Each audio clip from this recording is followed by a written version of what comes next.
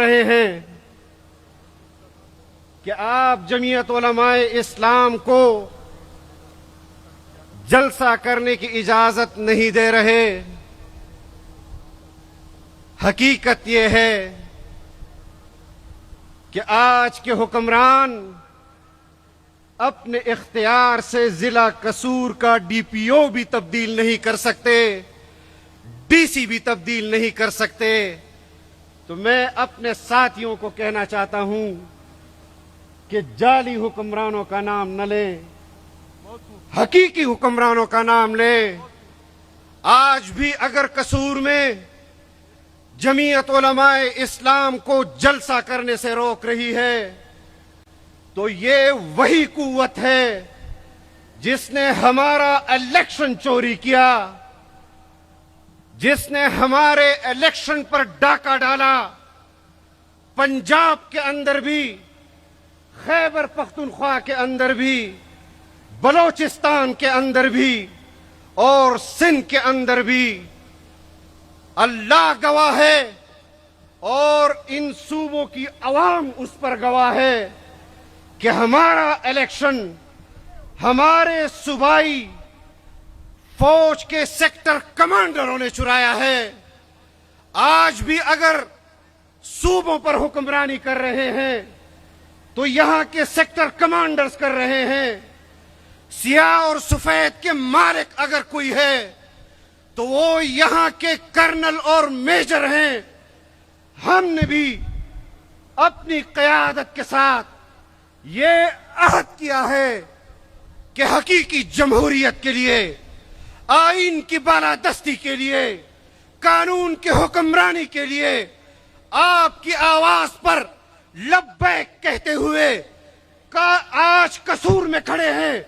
آپ اعلان کریں, کل اسلام آباد میں کھڑے ہوں گے, پنڈی میں کھڑے ہوں گے. پاکستان کے جس شہر میں آپ آواز دیں گے, آپ کے آواز پر آپ کا یہ کارکن سربکف اور سر مجاہد انشاءاللہ لبیک کہتے ہوئے حاضر ہوگا. انشاءاللہ العزیز لبیک کہیں گے یا نہیں کہیں گے؟ لبیک لبیک لبیک لبیک. مذاق بنایا ہوا ہے, الیکشن چوری ہوتے ہیں. اور میں تو جو حکمران آج ایوان اقتدار میں بیٹھے ہیں, مجھے یقین ہے آپ کو ہو یا نہ ہو کہ آج کے حکمران مجبوراً اقتدار کے ایوانوں میں بیٹھے ہیں. ہم نے صرف اپنے قوم کو حقیقی آزادی نہیں بلکہ اپنے ان حکمرانوں کو بھی حقیقی آزادی دلوانی ہے انشاءاللہ العزیز. جو صرف سہولت کاری کا کام کرتے ہیں, آئین میں ترمیم کرا لو تو یہ انگوٹھا لگانے کے لیے تیار, قانون میں ترمیم کرا لو تو یہ انگوٹھا لگانے کے لیے تیار. کہتے ہیں پاکستان ایک آزاد خارجہ پالیسی رکھتا ہے. میں بھی کہتا ہوں کہ پاکستان ایک آزاد ریاست, خود مختار ریاست کے طور پر ہمارے اکابر اور اسلاف نے قائم کی تھی. لیکن پاکستان کا عوام آج بھی آزاد ہے, لیکن پاکستان کا حکمران آج بھی غلام ہے. آج ہم نے یہ عہد کرنا ہے کہ ہم نے اپنے حکمران کو بھی آزاد کرنا ہے انشاءاللہ العزیز. خارجہ پالیسی ہماری آزاد نہیں, معاشی پالیسی ہماری آزاد نہیں. کہا جاتا ہے اور ہم نے سنا ہے کہ میاں شہباز شریف صاحب کی قیادت میں